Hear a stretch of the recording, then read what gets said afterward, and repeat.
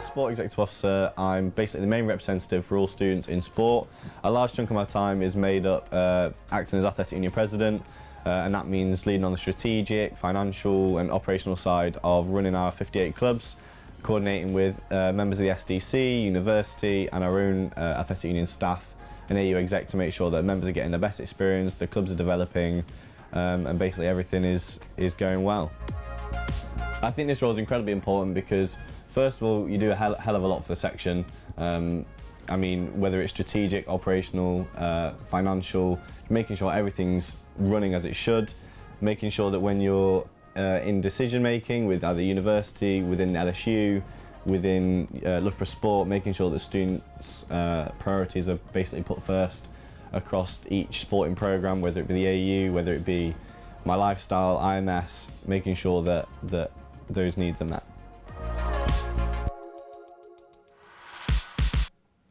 Hello and welcome to the Soapbox. We're back again for another year of executive elections debates.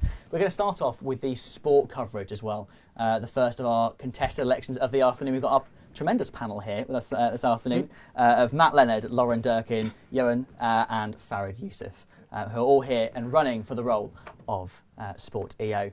How are you all feeling today? All good? Yeah? Good, yeah. Good. Yeah. Good. Excited. So we're going to start off with Matt, and if you deliver your 1 minute opening statement. So my name's Matt Leonard. I'm running to be your next Sport Executive Officer. Throughout my time at Loughborough, I've engaged in a wide variety of roles, from the My Lifestyle Committee to my current role on the AU Executive Team, as well as being heavily involved in the Coaching and Volunteer Academy and also IMS throughout my time here. I believe, these experiences show, have given me a wide variety of knowledge, which I believe is key to supporting all areas of sport here at Loughborough. Along with my personality, I'm very approachable and I'd be very keen to work with so many different people in the role. If elected, I'd like to improve collaboration to enable, a wider range of people to feel that they can access sport through communication as well, to increase the awareness of all the opportunities that we have here. There's so many for people to get involved in, and also the development opportunities, so increasing the number of tailored opportunities for students and committees and clubs, and also as well better signposting the current opportunities, and also develop a long-term vision, and by no means scrapping the strategy that's already in place. I'd look to build on that, but it's about the transparency of that vision. So yeah, great. Thank you. Lauren. Yes. Hello everyone, my name is Lauren and I'm also running to be your next Sport Executive Officer. Throughout my time at Loughborough, I've been heavily involved with all things Loughborough sport. This includes my time as My Lifestyle football activator, an IMS player, an AU women's rugby player and committee member, as well as the AU welfare officer last year. In particular this year, I've been your AU intern, which is now officially known as your AU clubs officer or AU vice president. This shows a clear and natural link between the AU president / Sport EO role, which I'm hoping to kind of get through in this debate here. Just briefly going through my manifesto points, I'm hopefully kind of revolves around all of the key issues that I face within sport and the AU here at Loughborough, particularly kit and Loughborough London's lack of sporting opportunities. So hopefully we'll be able to show that up here. Thank you. Fantastic, thank you. Farid. Hi everyone, my name is Farid and I'm from Nigeria. You all know I didn't do my undergraduate here. I did my I did my undergraduate degree in Cyprus. And ever since I was a kid, I've always been a fan of sports. I always wanted to be involved in sports. From the time, God knows, I joined my secondary school, it was like amazing because I got into the team from the get-go. Now, because of the love I have for sports, I ended up making my own company 2 years ago. And what we mostly do is organize sport events, charity events to just benefit the youths around where I stay. So I've had my experience in Cyprus also setting up sport competitions and talking about like things that can benefit like anybody in the sport world. And I would like to share my views here in Loughborough. I know Loughborough is a sport community and I'm not going to lie, since I came here, I'm in love with it and I would really like to help improve it. Thank you. Thank you. And Johan, finally. Hi, I'm Jon Torsano. I'm the current IMS chair and Loughborough Sport volunteer. I'm also running for Sport Executive Officer. If elected, I would like to improve the three following points previously mentioned in my manifesto. The first one would be increased student sport experience, which would go through increasing awareness around our strands to make sure students find the suited opportunity for what they want to do. Secondly, would go through finance, improving transparency. Thank you. Transparency and working alongside Box Stability Panel and clubs to optimize the expense.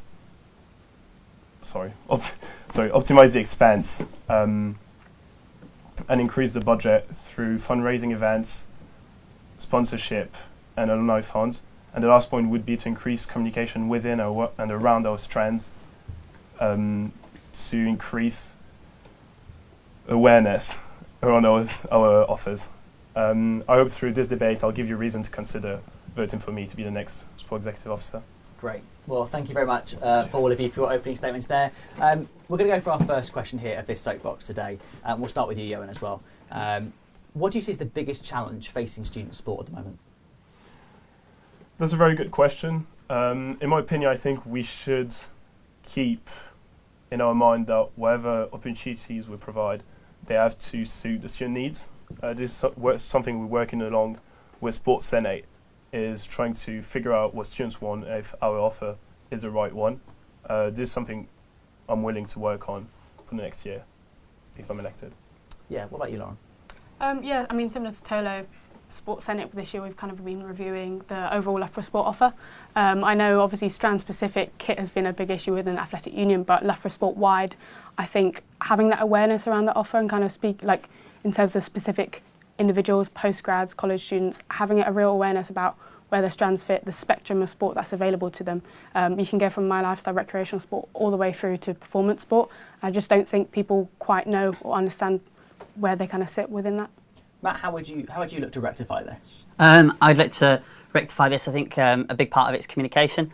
I talk about that in my manifesto, and later when I'll be releasing my extended manifesto, it does cover those sort of issues. So I think definitely communicating with things like the postgraduate committee. It was something I had a bit of a discussion when I went to a Towers brunch, and it was really insightful actually about them feeling actually underrepresented. And I think having these discussions with like postgraduates and the committee, or even other different groups and networks that we have here, like the International Students Network, just to be aware of how because they get feedback from students that way. So I think it's about getting that feedback, but having those discussions, having forums to get students views, and hopefully dispel the misconceptions about what they can and can't get involved in, and make them aware of stuff. So. How would you improve these things, Fareed? To begin with, I would say everyone needs to talk to each other. Like you need to explain yourself to the community. You need to tell your president to tell the community this, to tell the AU club president that look, this is what's happening and everyone is tired of it. For example, he's on the sport community, and like that committee, you guys have to like talk a lot to everyone, and like how will I put it? You guys have to identify where the problem is coming from. Everyone knows there's a problem of kit. Everyone knows there's a problem of like, okay, we want to do this, we can't do this, why can't we do this? I've met a couple of students, like mostly postgrads, and they're not really aware about like what's happening like in the sport life of Loughborough. Like no one knows anything. It's like I met some guy, he's a runner, he used to run 2 years back, and like he doesn't even know about it. He doesn't even know like he could join the athletic thing. Like I know it's his fault in a way, but like I won't blame him. But like to be honest, dialogue is really important in solving problems, and that's just where I can start from. Okay, then that was our first question then from this year's panel. If you want to get involved and contribute questions too, you can always do this. Use the hashtag LSU Elections on Twitter, or feel free to comment on the stream here on Facebook as well. Anywhere across the internet, you can find us at LSU Elections. Matt, you say you wanted more information and an integration between My Lifestyle and the AU. This is one of the main points in your manifesto. Is there actually an appetite for this? Don't people want My Lifestyle a bit more relaxed and enjoyable? No, well, so in my manifesto, it was just one of the examples that that I mentioned. And again, I'd encourage people to read my extended manifesto when I release that over the next coming days. And but it's sort of an opportunity, I think. So with My Lifestyle AU, a really good example of where it works well is fencing, the fencing club that they have in My Lifestyle. It's a great opportunity to introduce a sport to people that they may not have ever taken part in before, and it also offers the club an opportunity to outreach to people. And I was having discussions with my proposer Alison about this, and she was receiving feedback about actually how quite successful it is in terms of getting people involved then in the club following the being introduced and their experience to that. So but what would you say to the students that just want My Lifestyle to be an enjoyable activity, to be one where you can just turn up on a weekend or a weekday and just enjoy yourself? Well, I think then in that instance, I think the AU can actually provide a club for people. It doesn't necessarily have to be a thing about outreaching.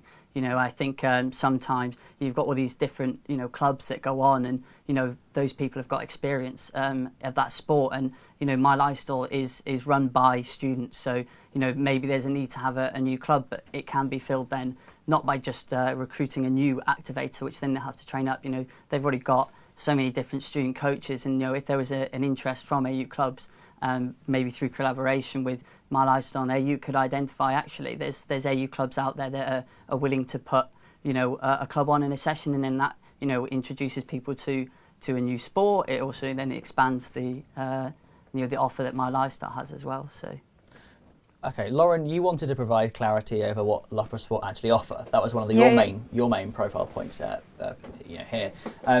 So what are Loughborough Sport's huge marketing department doing wrong, and how can we, with our limited resources here at LSU, actually change this? Yeah, so I mean that's a fair point. Obviously, collaborating with the SCC is a key aspect of this, but as Tony mentioned earlier, with the Sports Senate, we have leaders and chairs of each kind of strand coming together and talking about how we can make things better and more, increase awareness surrounding these.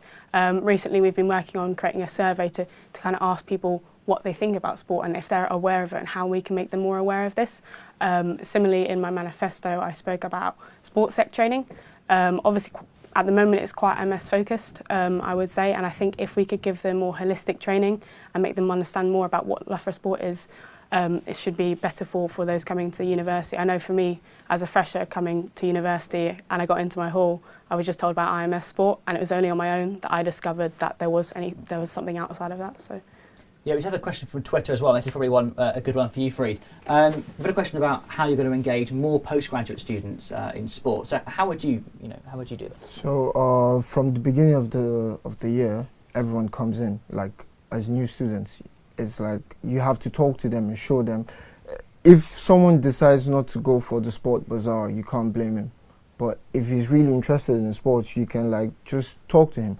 For example, there's currently a postgrad executive position now, and he talks to postgrads easily. It's easy. Or I could easily go from research areas to research areas where postgrads are mainly located, where they read and where they do their research, and explain to them that, look, okay, you've been doing this for a while. Why not just have some fun? Because I've met a lot of postgrad students. They said they're bored that they don't know what's happening. Like, Loughborough is a boring place for them. I'm like, okay, continue playing your sports, what you used to do. I'm like trying to encourage them, but they're like, there's no motivation because all the clubs are already full. Like, there's no entrance again. Well, but similarly again, so you've got the other side of the coin as well, in the sense that, is this really a priority? I mean, we have the vast majority of our AU members are undergraduate. So is this the big priority that we need to be looking at the moment? Okay. In the code and not code and conduct, in the AU's constitution. Yeah, constitution. Yeah, they highlighted the wider university. Now that's not only for undergrads. That's for postgrads and college students too. Everyone should be involved. The London campus, I'm sorry to say, but I'm pretty sure some of them find it like annoying that, okay, I chose this course, but I came to Loughborough University because of sport, and now you're telling me I'm in the London campus, I can't perform for you because of what I'm reading. Like, there's some people, they take sports more seriously than academics. You can't blame them because it's what they love. And now when you don't get the chance to do that, when you don't get a chance to do what you love, it's like you're unbalanced. So this question leads quite nice onto you, Owen, as well, because in your manifesto you mentioned that you wanted to provide more opportunities on campus for people to get involved and for people to get involved in sport. But with the percentage of students involved in sport already in the 70-80%, is there again really demand for this? Do we need to ensure that 100% of our students get involved in sport? I mean, we don't have to have 100% of our students involved in sport, but 100% of the students that want to get involved in sport to have this opportunity. I think it's an issue that we're all well aware that postgrads don't have enough opportunities, or at least that our opportunities are not suiting either the lifestyle, either their demands. It is something, at the moment, our main point of contact with postgrad is the postgrad EO. So I think it's something that would be really interesting to work on from next year, knowing that the postgrad EO executive officer position won't be there anymore. I think it's one of the issues whoever gets the position will have to tackle, how to reach this audience and how to hear their voice and being able to try and provide them what suits them. Because currently, I don't think any of us is aware of what the postgrads are looking for in terms of offer. Because we've got a wide diversity of offer, but apparently it's still not fitting their needs. Well, with advertisement of of sport, and this sort of links into this sort of idea of advertising our sport offer more effectively. Obviously, all students want a more high profile and more spectators coming to watch, and better media output as well. But with limited resources, obviously a big reliance on stretched student volunteers and stretched marketing departments around the university and here as well. How would you improve sport viewership both on campus, and across the internet and whatever with Loughborough? Is that an open question for any of you? Yeah. Anyone else mind if I? Definitely. So I think, yes, obviously, things are changing. You are, as LSU Media are led by volunteers, and they've also bound by, their commitments to, their course and everything that goes with that as well. And I think the key thing would be to, have greater sort of dialogue between, the AU. Between the digital marketing intern from Loughborough Sport and their marketing and media team, and also with LSU Media and at the AU with the media representatives from those different strands, and through better communication. I think if you wanted to improve coverage of athletic union clubs, for example, having say regular meetings together at the start of the year before things kick off. To try and sync the calendars up, but identify how they're covering certain things so that there's not sort of more duplication of work. Perhaps it could be identifying more effective ways of spending their time. What about direct attendance at events? Whether it's the stadium or the rugby pitches. How would you improve that sort of thing as well? Because students want to have an audience when they go and play a game, especially if they're one of the top AU teams. Yeah, I mean, of course, it's quite specific to the kind of sports that you're playing and what interests us already within that. Obviously, we have the big match at the start of the year and we have great spectatorship. So if we can kind of try and copy that model, particularly when you look at the American sports model and the kind of heights that stadiums reach, we need to copy that and ensure that we have that spectatorship. I know it's quite difficult and it's a challenge that, again, needs to be asked. We can't just assume we already know the knowledge because we don't always know that. But it depends on what specifically spectators want from matches. Do they want it to be free entry? Do they want to be something that you kind of pay for and feel an attachment to? Again, it needs to be asked. I can't come up with a solution on the spot, but it's definitely something that needs to be considered. So. Yeah, I mean, so Oren has introduced, and helped to introduce a head of parasport in the university as well this year. A huge leap and bound, in terms of parasport, but also sport here at the university. Why was that not mentioned on any of your manifestos? But also, how would you work with that person to improve disability sport here at Loughborough? Just like you. That's a really good point. Obviously, it's been quite recent, so it's something that personally I didn't really have the time to think about. I'm aware that we're trying to have Loughborough sport across the strand being more inclusive and more adapted to all the students we've got in Loughborough. I think that's something will be really interesting to have a chat and look about what we can do and what are the potential solutions. That currently I can't come with a solution right now, but it's something that I'm willing to work on and bring up some solutions. Yeah, what about you? I mean, similar to Tola, when we kind of had to write up our manifestos, unfortunately the head of parasport wasn't actually appointed at that point in time. It was last week, but it was definitely something on the radar. I know at Sports Edit this kind of year we've been looking in terms of inclusive sport and how we can make the whole of the sport offer at Loughborough more inclusive, and particularly working with Sally from the DSN. As opposed to a lot of the time when we look at disabled sport, we think people in wheelchairs. That's not always the case. Disability is much more than that. There's a lot of non-visible disabilities. So of course, working with a head of para would be fantastic. Obviously, we don't know where that role sits at the moment and how much involvement we'll have with them as a partner, but I would love to kind of get to grips with that. Yeah, how would you work with them? I think again, it's you know, it's similar to what you're saying. It's sort of creating a dialogue. Personally, I wasn't aware of this, so I think maybe perhaps communicating that sort of thing, being a bit more transparent about what's going on there, would help, you know, people be aware of that sort of that's those sort of developments. And yeah, I think creating a dialogue so that, you know, in a bit of a forum, so that we're aware and, you know, you can get feedback and then work on that feedback. Yeah. Moving on, you know, to again, obviously communicating with that individual, but communication as a whole, obviously, is really important across the AU. You know, Loughborough Sport being such a big entity in the first place, communication is difficult. So, how would you, you know, engage people and improve communication both through committees, you know, and AU clubs? Because obviously that is an issue. So, how would you help to improve that, Farid? Firstly, I would say through the AU club presidents, like the people in charge of the clubs. If there was a problem and you want to pass it down to the committee, to the sport executive committee, you tell your president. Now it's the same way back down. If you want to solve a problem and communicate to your performance, like students that are involved in performance, you need to follow that same process back. You need to let them know. For example, social media. My boxing club, we have a social media group. So like on WhatsApp. So we get messages on anytime. So you have to constantly be on the backs. Like not every time. There's a time you have to lay low, and there's a time you have to push for it.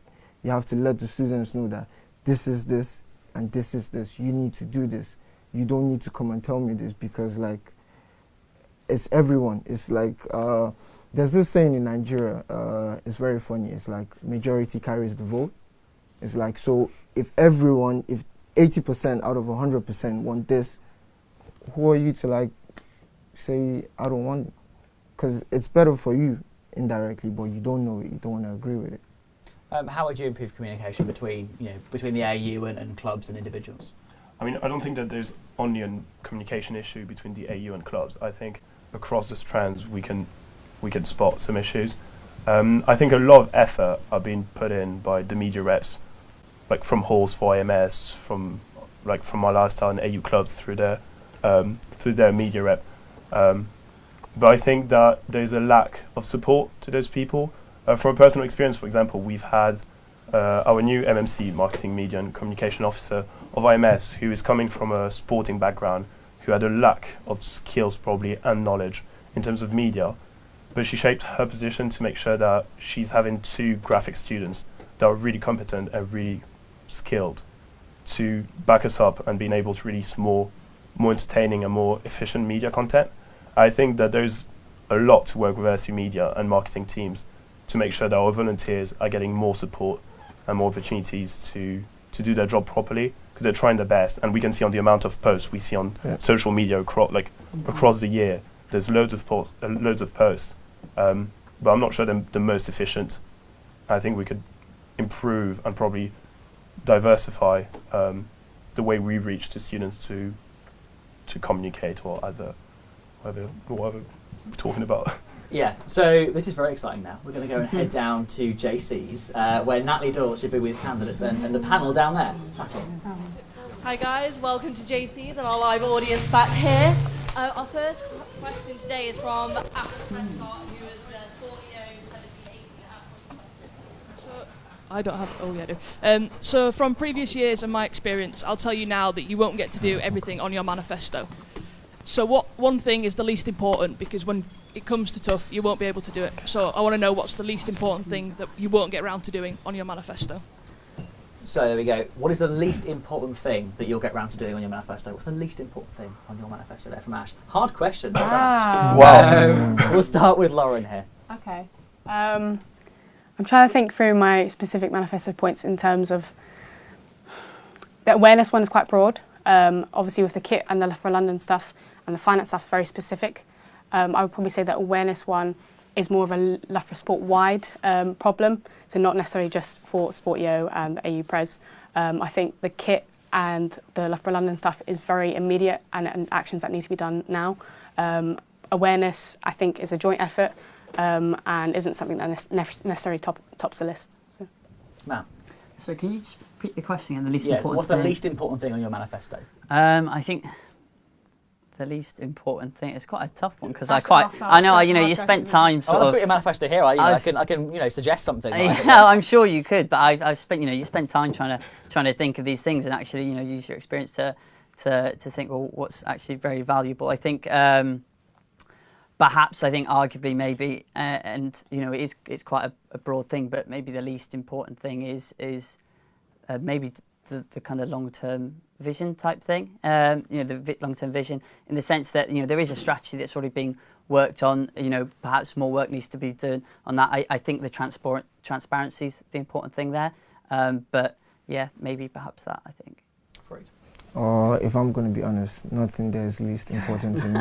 It's like everything's on the same level. I take everything the same way. From the list, if you classify something as least important, what reason do you have to classify it as least important? If it benefits someone, how isn't that important? Okay, I'll ask you. So it's all what on is the the same hardest level. thing for you to achieve on that manifesto, then? I would say the postgrads. You're getting them involved. Yeah. Yeah. It's a challenge, but I'm willing to take on the challenge. Yeah. I mean, obviously, I agree with what been said earlier. We've got 250 words to kind of bring up our main ideas, so it's kind of hard to say that those are important, those useless, because we wouldn't have put it here.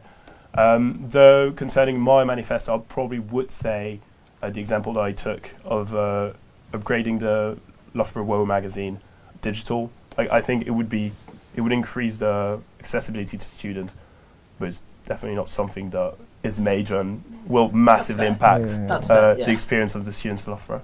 Okay, so obviously, we're talking about students in Loughborough, but I think often people forget the college as well. Mm-hmm. A lot of Loughborough sports don't include college students, whether because they're underage or because the system just doesn't work over there. How are you going to further engage college students and help them get involved in the AU process and all the strands of Loughborough sport? Okay, and I think getting them engaged. I think again to talk about communication issues. I think it needs to work more closely with the college. I'm sure Oren's been doing some fantastic stuff this year. He's been getting involved in a lot of different things. The role itself will be, you will be under one of the college committees there, to the sports committee, and I think it's just sort of trying to get more of a dialogue between, why are they perhaps not so aware? Is there opportunities for them to get more involved in things like social leagues as well? I don't believe that they get very involved in that at the moment. So, I think it's creating that dialogue. Lauren? I think there's a lack of understanding as to what college students can actually get involved in. I know we've had some issues this year in terms of BUCS eligibility. Certain college courses can get involved with BUCS, others can't, but they should also be allowed to be involved with AU. So kind of drawing up where that line is and where college students can get involved, because they are a member of Loughborough Students' Union, and it's often very forgotten about within that. We've already done some work this year in terms of teaming up with the college with their sports massage programme, and kind of infiltrating them within our clubs. That's very specific to sports massage. Obviously, in terms of getting them involved and physically active and within our strands, it's again a communication thing. It's a buzzword, but it's true. We need to make sure we're talking to them and asking specifically how we can help them. Obviously, you've mentioned social leagues there as well, related to social leagues, and that same sort of idea is department sport as well. Yeah. And traditionally, they have a social league structure as well. So none of you have mentioned department sport in your manifestos. Johan, how would you improve and enhance department sport as an offer? Department sport. It's important to know that we're currently thinking about reshaping department sport, society sport, and social leagues as one competition on its own. Currently, we've got social leagues, department sport, and societies join in for the leagues events, and then department and societies got their own one-day events run by their own. Sorry, could you repeat the question? Yes, obviously with social leagues. Sorry, lost my thoughts. So it's getting under. Well, we're rethinking about the offer, but it's also important to mention that it's the first time we had to close application for social leagues, because we had too many applications for one of the offers, which was the football one. And I mean, if we've got the demands, that's what we work on to the Loughborough Sport Survey, is if we've got the demand for more department sport because people are losing interest in IMS, for example, which is at the moment the biggest program, which is not as competitive as AU. I'm more than happy to provide more opportunities, provide more facilities if needed, but as long as I haven't had access to any data showing that people are showing less interest in IMS and my lifestyle in AU and would like more department sport because that's what they like. I don't think there's any reason to scrap any other Okay, so offer. Yeah, so obviously that's the sort of the department sport side as well, but obviously everything costs money, and this it's an issue that we're well aware here at LSU, but also within the AU itself. Obviously with tighter budgets every year, how are you going to improve the sustainability of the AU? Because this is long-term visions and all that are great, but if you don't have the finances there to cover them, how would you improve the long-term vision, Farid? And then finances. Finances. That's a very big topic because it's really important when it comes to sport to get your finance right, because a lot of people end up spending so much money on what they don't really need, and it's like they don't know about what they want. But that's not the main point. So as for the finance, I will have to sit down with my team, my fellow colleagues, and probably ask for advice from my predecessor. That's if I get the position, and he can give me advice on what he did, because sometimes experience is better than just jumping into things. But the main important thing is to solve that problem.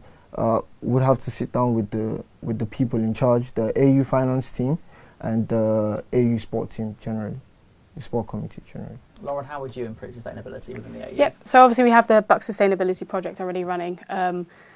It's it's kind of one we monitor as opposed to utilise now. That depends on if we've got rising costs, and if we can't keep up with that kind of immense investment into Bucks. But in terms of what I mentioned within my manifesto was around the alumni fund. Currently it sits under the university, and it hasn't quite taken off as much as we would have liked. When you look at the models such as Cambridge or Oxford, they really have a good alumni fund and kind of alumni activity that keeps them sustainable. And in the long term, again, it's not something you can achieve in a year, but in the long term, we like to see something where the alumni fund will actually contribute heavily to clubs and their budgets, meaning that the membership costs should go down dramatically. So. Well, obviously, the Bucks cost itself is rising every year. Yep. By often 10% each year. Matt, how would you ensure that cost isn't passed on to students?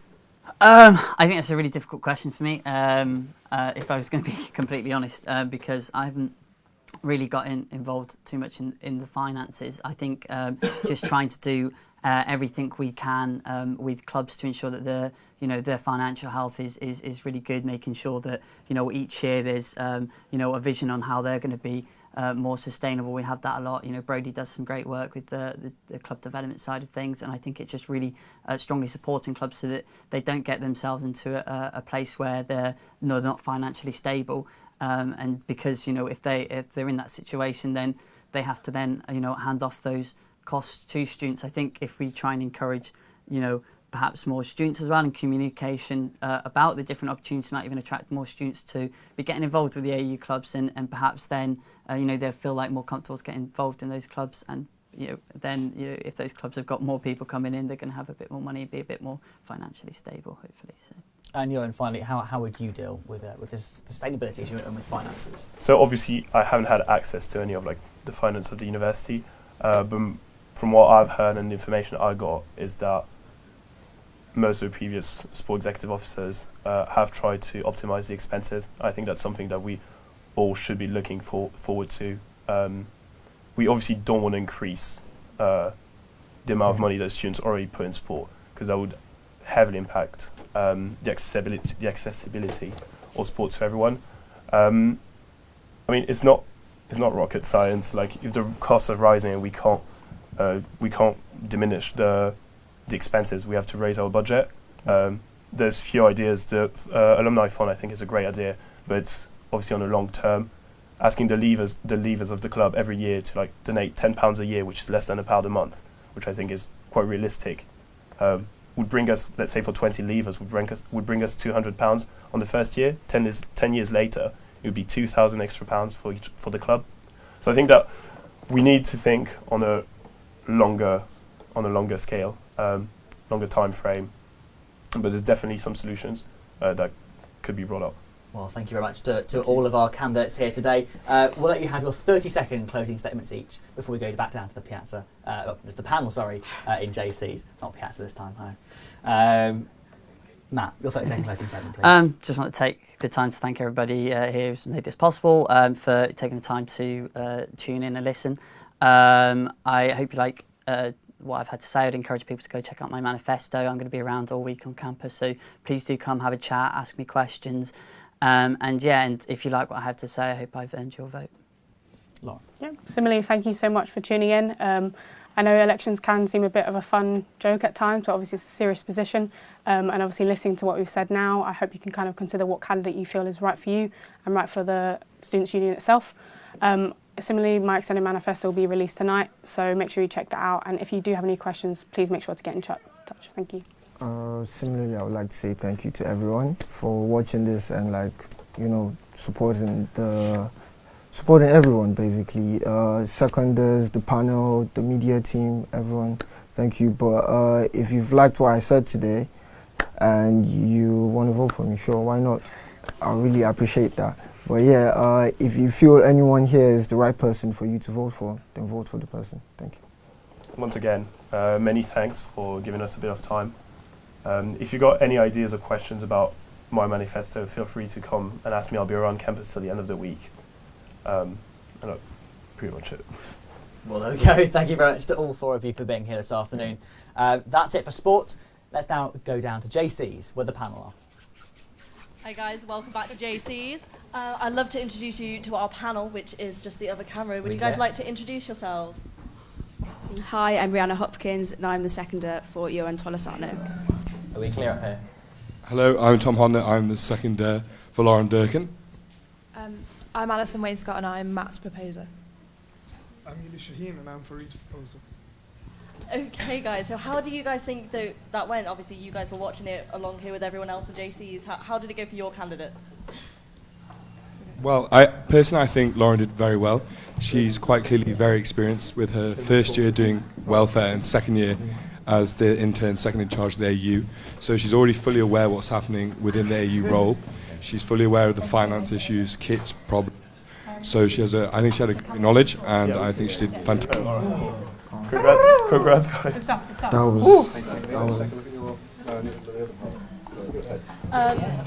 So guys, have you guys got any particularly moments that you're really proud of your candidates for? I could see a little gap, but I couldn't understand. Thank you. Yeah, no. Just wait. Sorry guys, we're having a little issue with sound at the moment, as I'm sure you can all hear on the live feed. But how did you guys think that those interviews went? Is there anything you wish had got asked, or? That's loud. No, I mean, I remember being in the position myself. I know it can be quite nerve-wracking, and you could definitely see that at the start. Yeah, I mean, I'd like to see them if they can get back on social media, or you see it in the extended manifestos a little bit more afterwards. But, a major part of the role is the AU president, and kind of really nailing down on what the single kind of biggest thing, if they do get the job 12 months down the line, they look to have actually accomplished. What is I know we kind of went for what was the weakest part of the manifesto, what's the strongest, but what's the real driver in wanting to do the role, and then, what's the end goal, really? Yeah. So obviously both of you have done the role before. What's your word of advice for the candidates? Oh God. Whilst being candidates still, I think, make the most of these last few days. There's still people yet that haven't voted. And also to these guys, they're in a highly contested election. They need to be going out there, getting people to put them as their second and third preference. It's not just about being the first preference, because this could be really close. Having watched that, there's not much between some of the candidates. So make sure they keep going for the next few days. Definitely a hotly contested election, I think, this year. Going back to our panel representatives, what has been your favourite part of campaigning so far? Obviously, there's a lot of serious things that go on, but what are the fun parts for those who might not have been on a campaign team?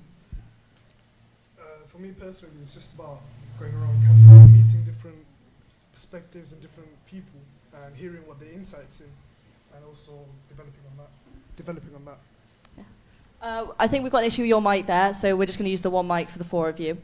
But yeah, do you want to just repeat briefly what you just said? Sorry, we couldn't hear it. Sure. The best part of it is obviously going around campus, meeting students from different areas, different parts of the world, really, and hearing what their perspective is, and sort of taking that on board and making changes towards your campaign and adjusting towards their needs, really. Ali?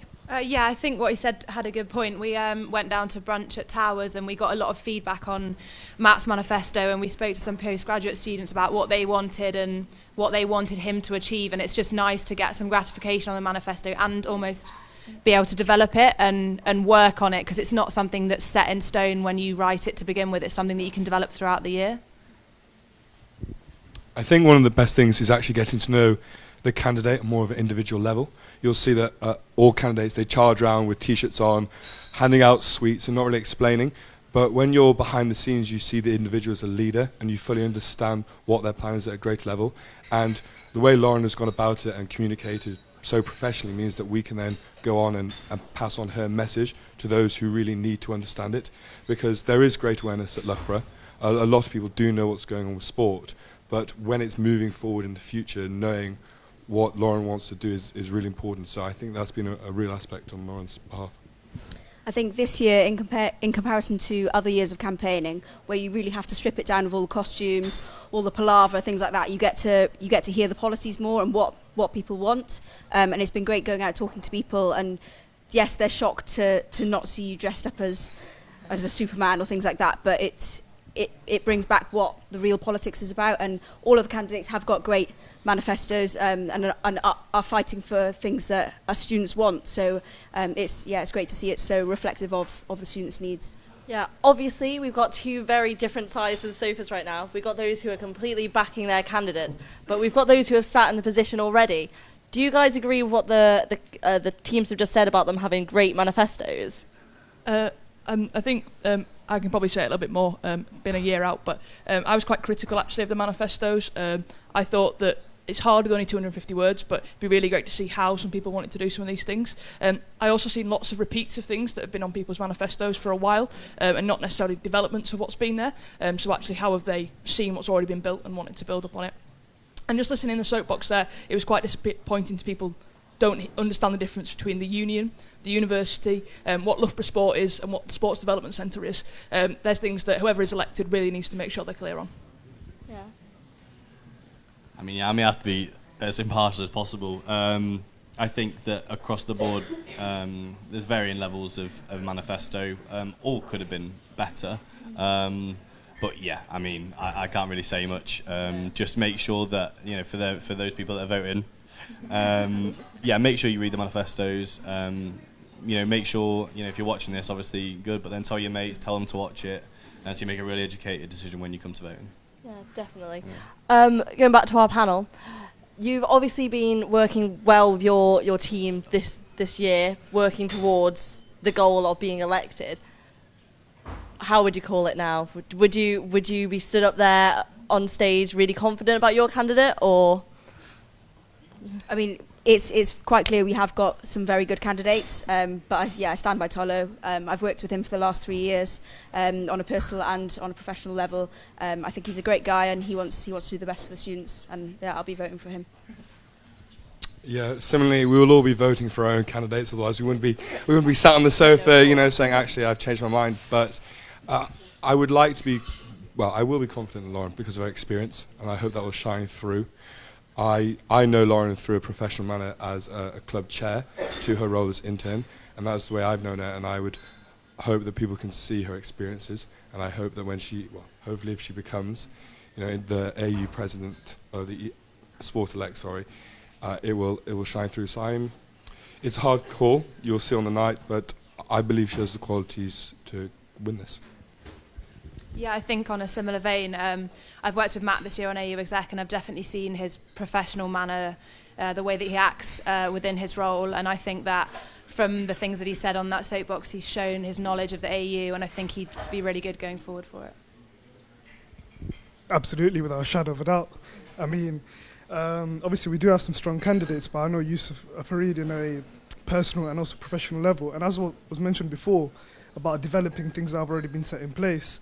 I think it's touched a milestone with that, with inclusivity, because it's not just the postgrads, it's also about Leicester College and also the undergrads. I mean, what makes Loughborough great is sourcing talent from all aspects, regardless of background, regardless of country, and yeah, I think that would make a good point. Well, thank you guys so much for joining me in JC's. We're going to have to end the sport panel there, I'm afraid.